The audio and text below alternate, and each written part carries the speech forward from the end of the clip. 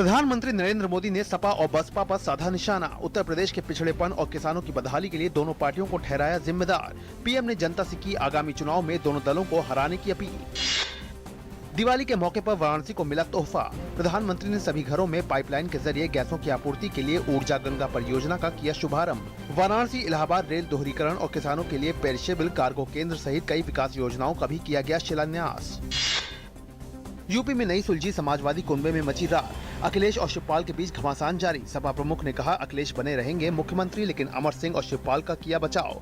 इन दोनों ने की मुलायम की अगुवाई में चुनाव लड़ने की मांग। मुलायम की बुलाई बैठक में गले मिलने के बाद मंच पर ही भिड़े अखिलेश और शिवपाल। प्रधानमंत्री नरेंद्र मोदी आज नई दिल्ली स्थित इंदिरा गांधी इंडोर स्टेडियम में नेशनल ट्राइबल कार्निवल 2016 का उद्घाटन करेंगे। इसका उद्देश्य जनजातियों में समग्रता की भावना को बढ़ावा देना है। इस उत्सव में जनजातीय संस्कृति के विभिन्न पहलुओं का बड़े पैमाने पर प्रदर्शन किया जाएगा और उन्हें बढ़ावा दिया जाएगा। मणिपुर के मुख्यमंत्री ओकराम इबोबी सिंह संदिग्ध उग्रवादियों की गोलीबारी में बाल बाल बचे। उखरूल हेलीपैड पर इबोबी के अपने हेलीकॉप्टर से बाहर निकलने पर हुआ हमला। गोलीबारी में मणिपुर राइफल्स के 2 जवान हुए घायल। जम्मू कश्मीर के कठुआ में हुए एक विस्फोट में 6 लोग घायल हो गए हैं, जिनमें 2 की हालत गंभीर बनी हुई है। विस्फोट कठुआ के मुख्य बाजार में एक दुकान के सामने हुआ। कठुआ के एसएसपी ने बताया कि फॉरेंसिक टीम मामले की जांच कर रही है। जम्मू कश्मीर के अनंतनाग में कल देर शाम आतंकियों ने पीडीपी नेता के घर हमला कर दिया। खबरों के मुताबिक अनंतनाग जिले में बिजबेहरा के वीरी गांव स्थित वरिष्ठ पीडीपी नेता अब्दुल रहमान भट्ट के आवासीय गार्डों पर आतंकियों ने गोलीबारी शुरू कर दी। फिलहाल किसी के हताहत होने की खबर नहीं है। बहरीन दौरे पर गए गृह मंत्री राजनाथ सिंह ने कहा है कि भारत और बहरीन दोनों को ही आतंकवाद से खतरा है। राजनाथ सिंह ने मनामा में बहरीन के आंतरिक मामलों के मंत्री शेख रशीद बिन अब्दुल्ला अल खलीफा के साथ द्विपक्षीय बातचीत के दौरान कहा कि आतंकवाद का व्यापक रूप से मुकाबला किया जाना चाहिए।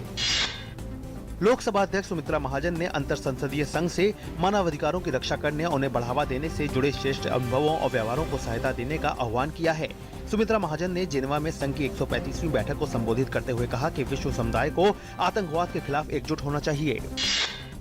आंध्र प्रदेश और ओडिशा पुलिस ने संयुक्त अभियान के दौरान मलकानगिरी में 24 माओवादियों को किया ढेर। मुठभेड़ में गंभीर रूप से घायल 2 पुलिसकर्मियों में से एक की विशाखापट्टनम के किंग जॉर्ज अस्पताल में इलाज के दौरान मृत्यु हो गई।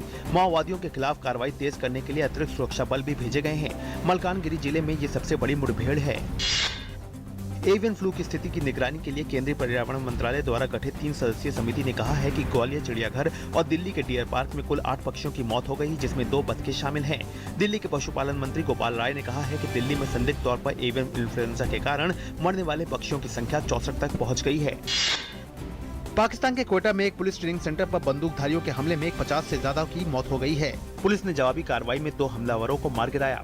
ये हमला और भी बड़ा हो सकता था, क्योंकि इस ट्रेनिंग सेंटर के हॉस्टल में करीब 500 कैडेटों की उपस्थिति थी, जिनमें से 200 कैडेटों को सुरक्षित बाहर निकाल लिया गया। अभी तक किसी गुट ने इस हमले की जिम्मेदारी नहीं ली है। इराक के किरकुक शहर में आतंकियों और सुरक्षा बलों के बीच मुठभेड़ में 74 आतंकियों समेत 131 लोग मारे गए हैं। इस दौरान आईएस के कई आतंकियों को गिरफ्तार भी किया गया है, जिसमें से एक इराकी नेता भी है। किरकुक के गवर्नर नाज़िमुद्दीन करीम के मुताबिक शहर में आईएस के 100 आतंकी हैं, जिनमें अधिकांश इराक के ही हैं। बीसीसीआई की चयन समिति ने न्यूजीलैंड के खिलाफ आखिरी 2 मुकाबलों के लिए टीम में कोई बदलाव नहीं किया है। पहले 3 मुकाबलों में सुरेश रैना पूरी तरह से फिट न होने के कारण अंतिम एकादश में नहीं थे। रैना अब भी पूरी तरह से फिट नहीं है और वो अगले 2 मुकाबलों में टीम का हिस्सा नहीं होंगे। 5 मैचों की वनडे सीरीज में भारत 2-1 से आगे है। आईएसएल में केरल ब्लास्टर्स एफसी ने 1 गोल से पिछड़ने के बाद वापसी करते हुए एफसी गोवा को 2-1 से हराया। गोवा की तरफ से जूलियो सीजर ने 24वें मिनट में गोल किया, लेकिन केरल के लिए मोहम्मद रफी और कर्वेंस बेलफोर्ट ने दूसरे हाफ में गोल करके केरल को शानदार वापसी और जीत दिलाई।